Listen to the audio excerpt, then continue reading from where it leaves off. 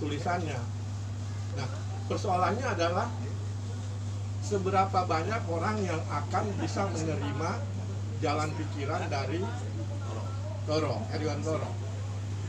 Nah, itu jadi persoalan. Misalnya yang paling fenomenal adalah soal PSSI. Toro ini orang yang menurut saya terberkati, kemampuan menulis dia itu dibarengi dengan pengalaman dia berada di lingkungan olahraga.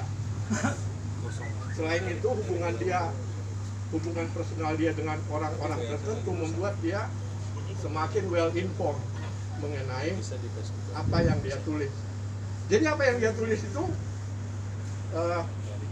sebagian orang menganggap itu 90% betul. Bukan hoax. 10% nggak betul. Nah, persoalannya di era sekarang yang 10% nggak betul itu yang jadi pertanyaan. Iya, jadi persoalan itu yang dimakan orang terus. Sampai sekarang kan kita nggak dengar yang namanya Iwan Bule mau turun. Padahal sementara dia sudah berseri-seri menuliskan supaya ketua PSSI itu turun kan. Berarti ada yang 10% yang nggak percaya. Artinya yang nggak percaya yang 10% ini mungkin orang yang berada di inner cycle dari para petinggi olahraga kita gitu.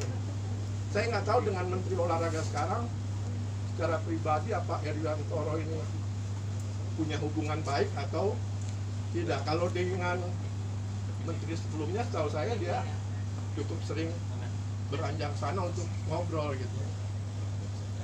Jadi sekali lagi kalau dari aspek jurnalistik banyak bahaya pada tulisan Heriwan Toro.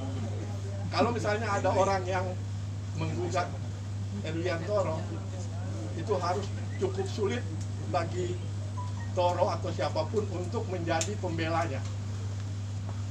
Cukup sulit dalam arti bukannya nggak bisa membela tulisan Heriwan Toro, tapi hal-hal yang disampaikan Heriwan Toro belum tentu orang lain berani menyampaikan itu. Nah, ini yang jadi menurut saya yang jadi masalah.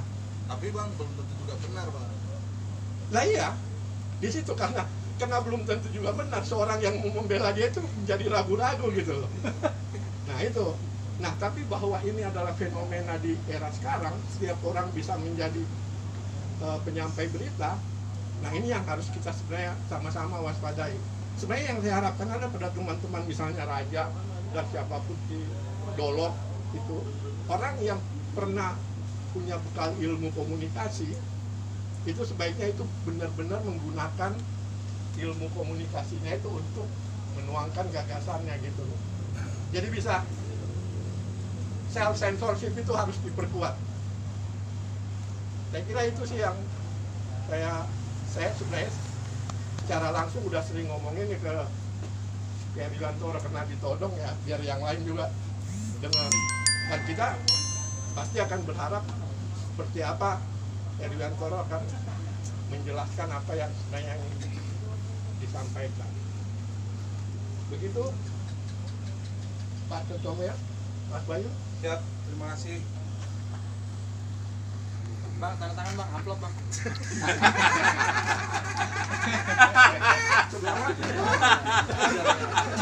Terima kasih. Ini selanjutnya siapa yang mau bicara dulu? Sesuai ini Bang. Sesuai angkatan dulu aja. Berarti kita dengar petuahnya Mbak Coco belakangan aja karena sangat keramat kata-kata dari Mbak Coco, ya kan? 90% benar, 10% tidak tepat. Nah, itu akan berbahaya. Maka itu kita kaji 10% yang nggak tepat itu kita ajar Mbak Coco. Oke, sekarang silakan Pak Raja. Pak Raja dulu. Saya kan pemain keyboard. Iya, nggak apa-apa. Nanti bayarannya belakang keyboardnya, ya Bang. Double dibayarnya. Ya. Wah, amplopnya 2. Joko, amplop siapa orangnya? Ulang tanda tangan orangnya kagak ada. Baik teman-teman semua nih, assalamualaikum warahmatullahi wabarakatuh. Ini kesempatan saya nih untuk menghajar habis Cocomeon. Bang, ngajarnya dari wakil Sambo atau dari mana nih? Ini dari Raja Panet Channel. Gini, jadi tadi Bang Hance udah pasti ya dari sudut jurnalistik, karena Bang Hance ini adalah dosen kita. Jadi ketika kami dulu di Mapram itu senior kami itu adalah Pak Hance ini. Tapi gini Bang Hance, jadi saya melihat Toro ini sebagai sesuatu yang unik. Justru dengan keunikan Toro inilah maka tulisan dia dibaca orang. Kalau misalnya saya tulis datar-datar saja, barangkali orang tidak akan menunggu, apalagi yang ditulis oleh Cocomeo. Itu satu. Sebab Toro ini, saya sama dia ini berteman mulai dari tahun 80, satu kos, tapi sering berantem juga. Yang menang siapa Pak? Hah? Pasti dia benar. Yang pertama begini, dulu saya ketua Siwo PWI Pusat membuat suatu namanya Siwo Award. Siwo Award ini adalah yang terbaik di antara yang terbaik. Saya buat di Hotel Bintang 4, seluruh menteri datang, gubernur datang. Saya ngundang Toro itu dengan Yon Muiz datang untuk melihat perhelatan itu di hotel itu. Dia datang, tahu nggak apa yang terjadi besoknya? Toro menulis bahwa Siwo Award Sontoloyo.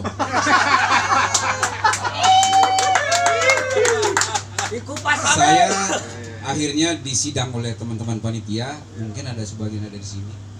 Siapa yang ngajak Toro? Datang. Saya bilang, saya yang ngajak. Hah? Bang Raja? Iya. Wah, semulanya emosional tinggi, begitu saya agak drop dikit. Maklumlah ketua Siwo waktu itu kan. Tetapi saya kesal juga sama Toro, karena tulisan itu tidak menggambarkan, karena pendek, tidak didukung data-data, tidak didukung suatu hanya dia membandingkan bahwa kalau misalnya dia yang lakukan Siwo Award itu pasti lebih gila. Itu menurut versi Cocomeo. Yang pertama. Yang kedua, Toro ini menulis soal Asian Games. Karena saya ada di dalam, kebetulan ada beberapa teman-teman saya ajak di dalam, dia hajar itu Erick Thohir. Habis gue bilang. Kalau Tigo Scott belakangan. Itu tulisan itu buset dah, saya bilang nih, saya nih berdiri di mana ini? Di satu sisi teman, di satu sisi ada profesionalisme yang saya jaga sebagai, waktu saya Deputi 1 itu membawahi 7 departemen. Saya sempat disidang, tetapi Bayu juga ngerti. Itu yang pertama. Yang kedua, dia tulis lagi antara Mahaka dengan Yusuf Kala, kenal lagi saya di situ. Aduh, Toro. Kita drama di rumah rapat Pak. Jadi bahkan ada kita rapat sama Bayu, wah ini tulisannya luar biasa. Nah, saya setuju dengan Bang Hance tadi bahwa tulisan itu ada data-data juga. Cuman memang kalau kita belajar dari teorinya Buta Suhud, Toro ini betul-betul ilmunya udah di atas Buta Suhud ini. Semua itu undang-undang pokok pers, etika dan lain nggak ada di dia. Nah makanya saya bilang tadi, justru itulah keunikan namanya Irwian Toro. Nah, saya dulu kenal beliau ini tahun 80. Sebenarnya Toro itu saya kenal bukan sebagai penulis seperti yang sekarang ini. Toro ini adalah penulis stensilan. Asli. Dia tulis dengan salah satu tokohnya John Badai. Itu stensilan itu kalau di Lenteng Agung itu kita tahun 80 itu kan 80 kos di situ sama teman-teman Lukti dan lain sebagainya ini. Jam 6 itu sudah nggak ada bis, lampu udah gelap. Itu saya baca itu jam 9 malam. Asik. Luar biasa bayangan dia tentang John Badai dan bisa menggairahkan gairah seks kita. Ini fakta yang ada nih. Kalau ini aero Bang ya. Nah, jadi saya lihat Toro ini memang, saya waktu itu kan saya merantau ke Jakarta itu nggak tahu saya mau jadi wartawan atau tidak. Tapi yang membuat saya jadi wartawan ada 3. Yang pertama Toro, kedua Yon Muiz.